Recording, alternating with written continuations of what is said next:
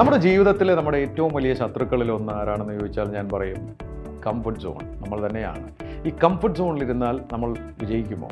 പക്ഷേ ഈ കംഫർട്ട് സോണിനിടയ്ക്ക് നമുക്കൊരു ശത്രു വന്നാലോ ഒരു എനിമി വന്നാലോ ചിലപ്പോൾ നമ്മളൊന്നും ഉണരും അല്ലേ? അപ്പോൾ ഈ ശത്രുക്കൾ അഥവാ നമ്മളെ പുഷ് ചെയ്യാൻ വരുന്നവർ നമ്മുടെ ശത്രുക്കളാണോ എന്ന് ചോദിച്ചാൽ ഞാൻ പറയും ഇടയ്ക്കൊക്കെ ഒരു മിത്രങ്ങളും ആവാറുണ്ട്. നിങ്ങൾക്കറിയാവുന്ന പോലെ ജപ്പാൻകാർ മത്സ്യം കഴിക്കാൻ ഇഷ്ടപ്പെടുന്നവരാണ്. പണ്ട് വായിച്ചതാണ്. അപ്പോൾ ഈ ജപ്പാനിൽ അവർക്ക് ഫ്രഷ് ഫിഷാണ് അവർക്ക് ഇഷ്ടം. പക്ഷെ ഒരു പ്രശ്നമുണ്ട്. പണ്ട് കാലത്ത് ഈ ഫിഷിംഗ് ബോട്ടിൽ അത് പിടിച്ചുകൊണ്ട് വരുമ്പോഴേക്കും അത് സമയം കഴിഞ്ഞിട്ടുണ്ടാവും. അവർക്ക് ആ മീനിൻ്റെ ടേസ്റ്റ് ഇഷ്ടമല്ല. പിന്നീട് നമ്മുടെ നാട്ടിലെ പോലെ തന്നെ ഐസ് ഇട്ട് കൊണ്ടുവരാൻ തുടങ്ങി. അവർക്ക് അതിൻ്റെ ടേസ്റ്റും ഇഷ്ടപ്പെടുന്നില്ല. പിന്നീട് അവരൊരു സൂത്രം കണ്ടുപിടിച്ചു.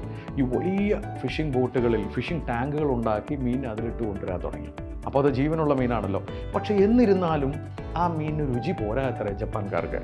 അപ്പോൾ അവരൊരു സൂത്രം കണ്ടുപിടിച്ചു. ഈ വലിയ ഫിഷിംഗ് ടാങ്കിൽ കുറേയധികം മീനുകളെ ഇട്ടതിന് ശേഷം ഒരു കുഞ്ഞു ഷാർക്കിനെയും കൂടി പിടിച്ചിടുക. അതെ, കുഞ്ഞു ഷാർക്കിനെ. ഈ ഷാർക്ക് അകത്ത് വീഴുന്നതോടുകൂടി ഈ മീനുകളെല്ലാം ജീവനം കൊണ്ട് ഓടാൻ തുടങ്ങി. എന്ന് വെച്ചാൽ വളരെ ലൈവായി.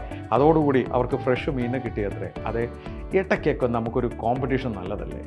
ഈ കംഫർട്ട് സോണിലിരിക്കുമ്പോൾ തൊഴിലിൽ നമുക്കൊരു നല്ല ആളൊരു കോമ്പറ്റീറ്ററായി വന്നാലോ, ബിസിനസ് നന്നായി പോയിക്കൊണ്ടിരിക്കുമ്പോൾ ഒരു കോമ്പറ്റീഷൻ വന്നാലോ ഒന്ന് ഉണരുകയല്ലേ? അതുകൊണ്ട് കോമ്പറ്റീഷനെ കുറച്ച് കാണേണ്ട, കോമ്പറ്റീഷൻ ഇടയ്ക്കൊക്കെ നല്ലതാണ്.